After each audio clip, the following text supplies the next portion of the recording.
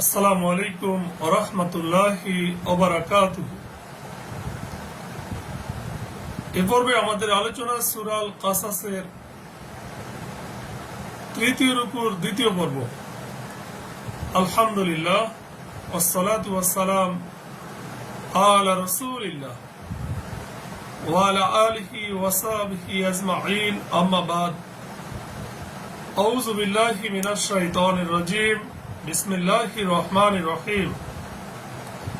রব্বি ইশরাহ লি সাদরি ওয়া ইয়াসসির লি আমরি ওয়াহলুল উকদাতাম মিন লিসানি ইয়াফকাহু কাওলি। আয়াত 22। এরশাদ হচ্ছে, আল্লাহ তাআলা বলেন, ওয়ালাম্মা তাওয়াজ্জাহা, আর যখন মুসা আলাইহিস সালাম মাদিয়ান অভিমুখে রওনা হলো বা রওনা করলো, তখন বলল, আশা করি আমার রব আমাকে সঠিক পথ প্রদর্শন করবে। আসা রব্বি আইয়াহদিয়ানি সাওয়া'আস সাবিল। তার মানে হচ্ছে মাদিয়ান নামক এই শহরটি মতান্তরে ইব্রাহিম আলাইহিস সালামের ছেলে মাদিয়ানের নাম অনুসারে নামকরণ করা হয়েছে। জায়গাটি সম্পর্কে বলা হয় যে সেটি ফেরাউনি রাষ্ট্রের বাইরে ছিল। মুসা আলাইহিস সালাম ফেরাউনের হাত থেকে বাঁচার জন্য স্বাভাবিক আশঙ্কা বোধ করে মিশর থেকে হিজরত করার ইচ্ছে করলেন। বলা বাহুল্য, এই আশঙ্কাবোধ নবুয়ত তাওয়াক্কুল কোনটিরই পরিপন্থী নয়। মাদিয়ানের দিক নির্দিষ্ট করার কারণ সম্ভবত এই ছিল যে মাদিয়ানেও ইব্রাহিম আলাইহিস সালামের বংশধরদের বসতি ছিল। মুসা আলাইহিস সালামও এই বংশের অন্তর্ভুক্ত ছিলেন। দ্বিতীয় বিষয় হচ্ছে এমন পথ যার সাহায্যে সহজে মাদিয়ান পৌঁছে যাব। উল্লেখ্য, সে সময় মাদিয়ান ছিল ফেরাউনের রাজ্যসীমার বাহিরে। মুসা আলাইহিস সালাম সম্পূর্ণ নিঃসম্বর অবস্থায় মিশর থেকে বের হন। তার সাথে কিছুই ছিল না এবং রাস্তাও জানা ছিল না। এই সংকটময় অবস্থায় তিনি আল্লাহর দিকে মনোনিবেশ করে এই দোয়া করেছিলেন, আর আল্লাহ তাআলা তার দোয়া কবুল করলেন। আর যখন সে মাদিয়ানের পানির নিকট উপনীত হলো, তখন সেখানে একদল লোককে পেল যারা পশুদের পানি পান করাচ্ছে এবং তাদের ছাড়া দুইজন নারীকে দেখতে পেল যারা তাদের পশুগুলোকে আগলে রাখছে। সে বলল, তোমাদের ব্যাপার কি? তারা বলল, আমরা আমাদের পশুগুলো পানি পান করাতে পারি না যতক্ষণ না রাখালরা আমাদের পশুগুলো নিয়ে সরে যায়, আর আমাদের পিতা অতি বৃদ্ধ। ওয়া আবুনা শাইখুন কাবীর। তো এই স্থানটি যেখানে মুসা আলাইহিস সালাম পৌঁছেছিলেন, এটি আকাবা উপসাগরের পশ্চিম তীরে। বর্তমানে এই জায়গাটিকে আল বিদা বলা হয়, যেখানে একটি ছোট, অর্থাৎ ছোটর মতো আর কি শহর গড়ে উঠেছে। শুধু যেহেতু আমরা জানি মুসা আলাইহিস সালামের শ্বশুর ছিলেন শোয়েব আলাইহিস সালাম।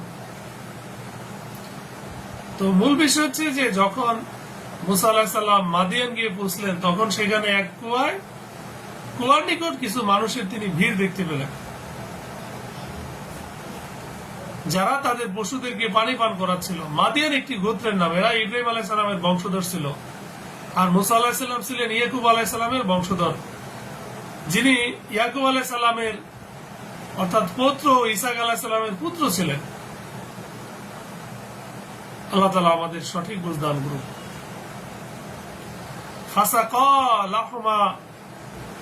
তখন মুসা আলাইহিস সালাম তাদের পক্ষে পশুগুলোকে পানি পান করিয়ে দিল। তারপর ছায়ায় ফিরে গেল এবং বলল, হে আমার রব, নিশ্চয়ই আপনি আমার প্রতি যে অনুগ্রহী নাজিল করবেন, আমি তার মুখাপেক্ষী। তার মানে হচ্ছে মুসা আলাইহিস সালাম এত দূর সফর করে মিশর থেকে মাদিয়ান পৌঁছালেন, খাওয়া ও পান করার মতো সঙ্গে কিছু ছিল না। দীর্ঘ সফরের ফলে ক্ষুধার্ত, ক্লান্ত, শ্রান্ত সেজন্য তাদের পশুগুলোকে পানি পান করানোর পর একটি গাছের ছায়ায় আশ্রয় নিয়ে দোয়ায় মগ্ন হলেন। ফালেম্মা আতহু ইহদাহুমা, অতঃপর নারীদ্বয়ের অর্থাৎ নারী দুজনের একজন লাজুক ভাবে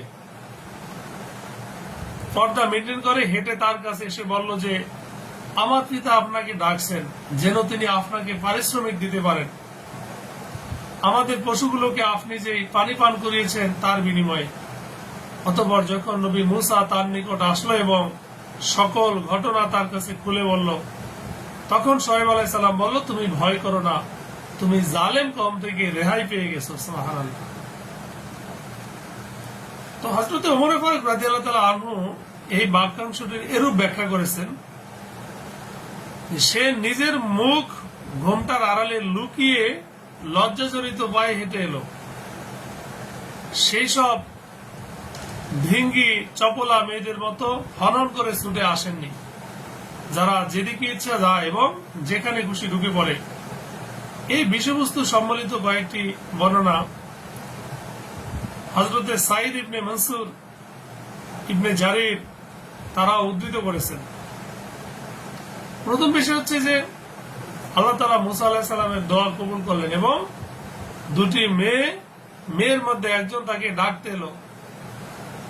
কোরআন বিশেষভাবে মেয়েটির লজ্জার কথা বর্ণনা করেছে, যেহেতু লজ্জাই হলো নারীর ভূষণ। পক্ষান্তরে নারীর জন্য পুরুষদের মতো লজ্জা ও পর্দার পরোয়া না করে নির্লজ্জ বেপর্দা হওয়া শরীয়তে অবৈধ, ঘৃণিত।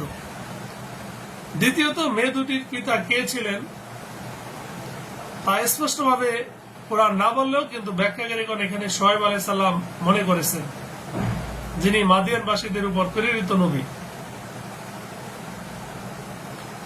তো সম্মানিত শুধু যে শোয়েব আলাইহিস সালামের যুগ মুসা আলাইহিস সালামের নবুয়তের আগে ছিল। আল্লাহ তাআলা আমাদের সঠিক বুঝ দান করুক। তো তৃতীয় বিষয় হচ্ছে যে মিশরের ঘটনাবলী ও ফেরাউনের অত্যাচার কাহিনী তিনি শোয়েব আলাইহিস সালামের নিকট বিস্তারিত বর্ণনা করলেন। এই বৃত্তান্ত শুনে শোয়েব আলাইহিস সালাম বললেন, এই এলাকা ফেরাউনের রাজ্য সীমার বাইরে, অতএব ভয়ের কোনো কারণ নেই। আল্লাহ তাআলা তোমাকে অত্যাচারী হতে পরিত্রাণ দিয়েছেন। ক্বালাত ইহদাহুমা ইয়া আবাতি, নারীদ্বয়ের একজন বলল, হে আমার পিতা, আপনি তাকে মজুর নিযুক্ত করুন, অর্থাৎ পারিশ্রমিকের বিনিময়ে নিযুক্ত করুন। নিশ্চয়ই আপনি যাদেরকে মজুর নিযুক্ত করবেন তাদের মধ্যে সে উত্তম, সে শক্তিশালী এবং বিশ্বস্ত।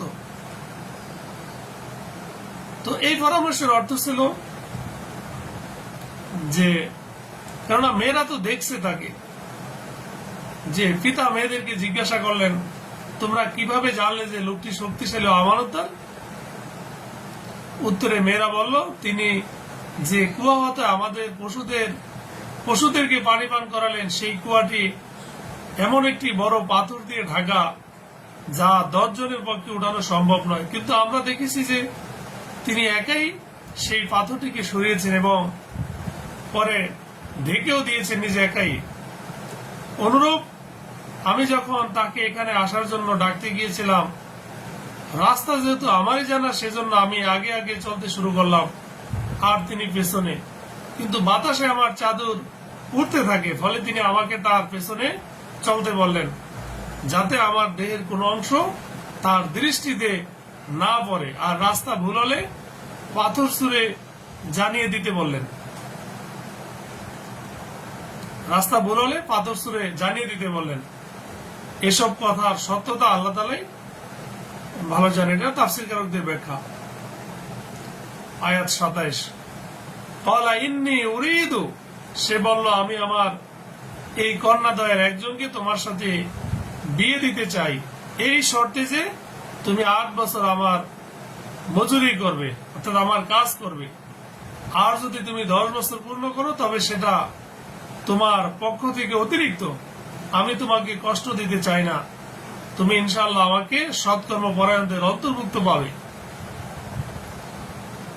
প্রথম বিষয় হচ্ছে যে এই আয়াতের থেকে আসছে যে আমাদের দেশে যে কন্যা পক্ষ হতে বিবাহের পয়গাম দেওয়া লজ্জার ব্যাপার মনে করা হয়, কিন্তু আল্লাহর শরীয়তে তা নিন্দনীয় নয়। সুন্দর চরিত্রবান যুবকের সন্ধান মিললে সরাসরি তার সাথে বা তার পরিবারের সাথে কারো সাথে নিজ কন্যার বিবাহের ব্যাপারে কথাবার্তা বলা দোষের নয়, বরং তা প্রশংসনীয়। আল্লাহ রাসূল ও সাহাবা রাদিয়াল্লাহু তাআলা আনহুদের যুগেও এই কথাই প্রচলিত ছিল। দ্বিতীয়ত, এখান থেকে আলেম ওলামাগণ যে মজুরির বৈধতা প্রমাণ করেন, মজুরি বা পারিশ্রমিকের বিনিময়ে কোনো পুরুষ দ্বারা কাজ করিয়ে নেওয়া। তৃতীয়ত, অতিরিক্ত 2 বছর কাজ করা যদি কষ্টকর মনে হয় তাহলে 8 বছর পর যাওয়াকে অনুমতি থাকবে। চতুর্থ, ঝগড়া বিবাদ করব না, কোনো কষ্ট দেব না এবং তোমার প্রতি কঠোরও হব না। এটা শুআয়ব আলাইহিস সালাম মুসা আলাইহিস সালামকে বললেন। আয়াত 28। ক্বালা, মুসা আলাইহিস সালাম বলল, যালিকা বাইনি ওয়া বাইনাকা, এই চুক্তি আমার ও আপনার মধ্যে রইল। দুটি মেয়েদের যেটি আমি পূরণ করি না কেন তাতে আমার বিরুদ্ধে অভিযোগ থাকবে না, আর আমরা যে বিষয়ে কথা বলছি আল্লাহ তাআলা তার সাক্ষী। প্রথম বিষয় হচ্ছে যে 8 বছর বা 10 বছর পর আমি যেতে চাইলে অধিক থাকার দাবি করা যাবে না। দ্বিতীয় বিষয় হচ্ছে যে কেউ কেউ বলেন এটি শুআয়ব আলাইহিস সালামের ভাইপোর উক্তি। যাই হোক, এভাবেই তাদের মধ্যে কথোপকথন হলো। আল্লাহ তাআলা আমাদের সঠিক বুঝ দান করুক, আমিন। আখিরে দাওয়ানা আনিল হামদুলিল্লাহি রাব্বিল আলামিন। আসসালামু আলাইকুম ওয়া রাহমাতুল্লাহি ওয়া বারাকাতুহু।